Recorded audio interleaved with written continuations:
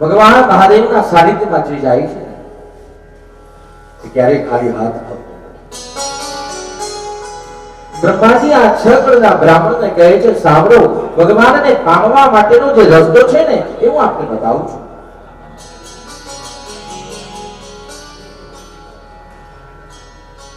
ભગવાન મહાદેવના માટે શ્રવણ, કીર્તન અને મનન આ 3 નામની જે ભક્તિ કરે છે ને એ ભગવાન મહાદેવને પામે. શ્રવણમ કીર્તનમ શિવો સ્મરણમ પાદસેવનમ અર્ચનમ વંદનમ દાસ્યમ શક્યમ આત્મનિવેદનમ. તુલસીદાસજીએ રામચરિત માનસની અંદર નવદા ભક્તિ બતાવી છે. અહીંયા આ નવદા ભક્તિની જગ્યાએ શિવ પુરાણમાં 3 શ્રવણ, મનન અને કીર્તન આ 3 વિશેષ ભક્તિ બતાવી છે કે જેનું શ્રવણ કરવામાં, જેનું મનન કરવામાં, જેનું કીર્તન કરવામાં. ભગવાન આ જે કરે છે એને આ જગતના દુઃખોમાંથી મુક્ત કરી દે છે.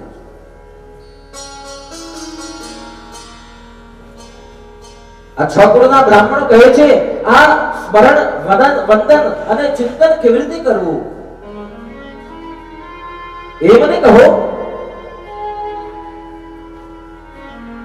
આ શ્રવણ, મનન અને ચિંતન કેવી રીતે કરવું? તો ભગવાન વેદવ્યાસજી કહે છે ભગવાન શિવ પુરાણનું જે વાંગમય સ્વરૂપ છે ને એ કથા સાંભળો ને એને શ્રવણ નામની ભક્તિ કહેવાય છે.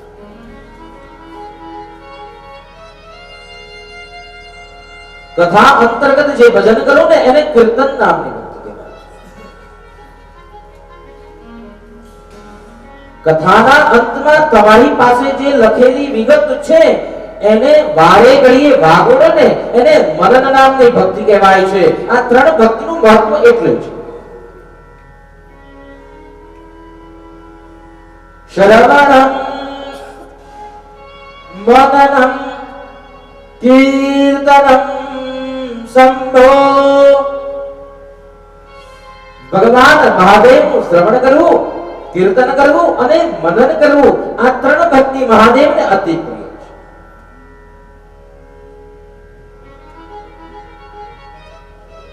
ઋષિઓ કહે છે, આ 6 કરોડના બ્રાહ્મણો કહે છે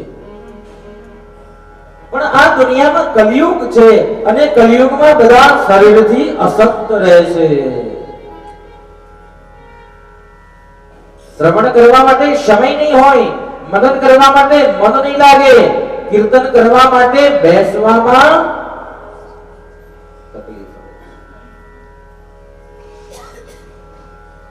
આવા જીવોની ઉપર પણ કૃપા મહાદેવ કેવી રીતે કરી શકે એવો કોઈ રસ્તો બતાવો કે જેનાથી શ્રવણ ન થઈ શક્યું હોય, મનન ન થઈ શક્યું હોય, કીર્તન ન થઈ શક્યું હોય. આ 6 કરોડના બ્રાહ્મણોએ આવો પ્રશ્ન બ્રહ્માજી અને બ્રહ્માજી કહે છે સાંભળો, જે લોકો આ જગતની અંદર શ્રવણ, મનન અને આ કીર્તન કરવા માટે અસમર્થ છે એના માટે આ પુરાણની અંદર જે કહ્યું છે હું કહું છું. સારું, શ્રવણાદિત્રિકે અસક્તો લિંગમ વૈરં ચ સાંકરમ. જે વ્યક્તિઓ શ્રવણ, મનન અને કીર્તન માટે અસક્ત છે ને આવા જીવોએ ભગવાનના લિંગ સ્વરૂપ અને વૈર, સંસ્કૃતમાં વૈર શબ્દનો અર્થ મૂર્તિ થાય છે. ગુજરાતી વાળું વૈર નહીં, સંસ્કૃતમાં વૈર એટલે મૂર્તિ. આ પરમ તત્વ છે. જે લોકો શ્રવણ નથી કરી શકતા, મનન નથી કરી શકતા, કીર્તન નથી કરી શકતા એવો લોકો પણ શ્રવણ, કીર્તન અને મનન કોણ ન કરી શકે એની વાત હું તમને કહું.